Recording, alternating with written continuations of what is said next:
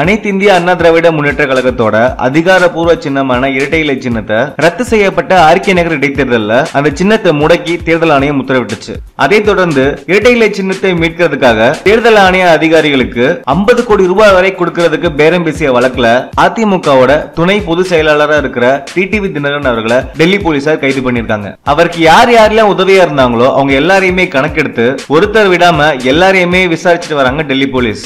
Delhi police சென்னையில தினகரன் அவர்களை கூட்டு வந்து அவரோட மனைவி கிட்டேயே விசாரணை நடத்தினது குறிப்பிடத்தக்கது. இந்த விசாரணைக்கு அப்புறம் அவர் மீண்டும் டெல்லிக்கு கொண்டு செல்லப்பட்டார். மேற்கொண்டு இந்த விசாரணையை தீவிரப்படுத்தியிருக்க டெல்லி போலீசார் இந்த வழக்குல ஹவாலா மோசடி கும்பலோட உதவியோட கொச்சியில இருந்து இந்த பணத்தை டெல்லிக்கு கொண்டு போயிருக்காங்கன்னு கண்டுபிடிச்சிருக்காங்க.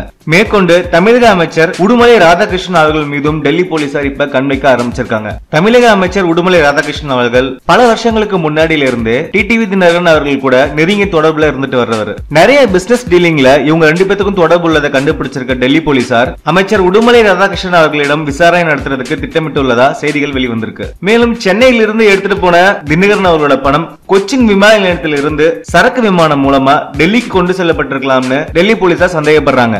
இந்த விஷயத்துக்கு அமைச்சர் உடுமலை ராதாகிருஷ்ணன் அவர்கள் ஹெல்ப் பண்ணிருக்கலாம்னு சந்தேகப்படுறாங்க டெல்லி போலீசார். இது சம்பந்தமா கொச்சின் விமான நிலையத்தோட ரெக்கார்ட்ஸை ஆய்வு செய்யறதுக்காக டெல்லி போலீசார் இன்னைக்கு அங்க போயிருக்காங்க. இந்தியால டிமானிட்டைசேஷன் நடந்து கொஞ்ச நாளே ஆனா இவ்வளவு சமயத்துல எப்படி தினகரன் அவர்கள் இவ்வளவு பணத்தை வச்சிருந்தாருனோ அதை எப்படி டெல்லிக்கு கொண்டு வந்தாருன்ற முறையில டெல்லி போலீசார் ரகசிய விசாரணை நடத்திட்டு வராங்க. மேலும் இது போன்ற செய்திகளுக்கு இந்த சேனலை சப்ஸ்கிரைப் பண்ணுங்க. இந்த வீடியோ பிடிச்சிருந்தா லைக் பண்ணுங்க, ஷேர் பண்ணுங்க. இந்த வீடியோ பற்றின கருத்துக்களை கீழே கமெண்ட்ஸ்களா பதிவிடுங்க. நன்றி.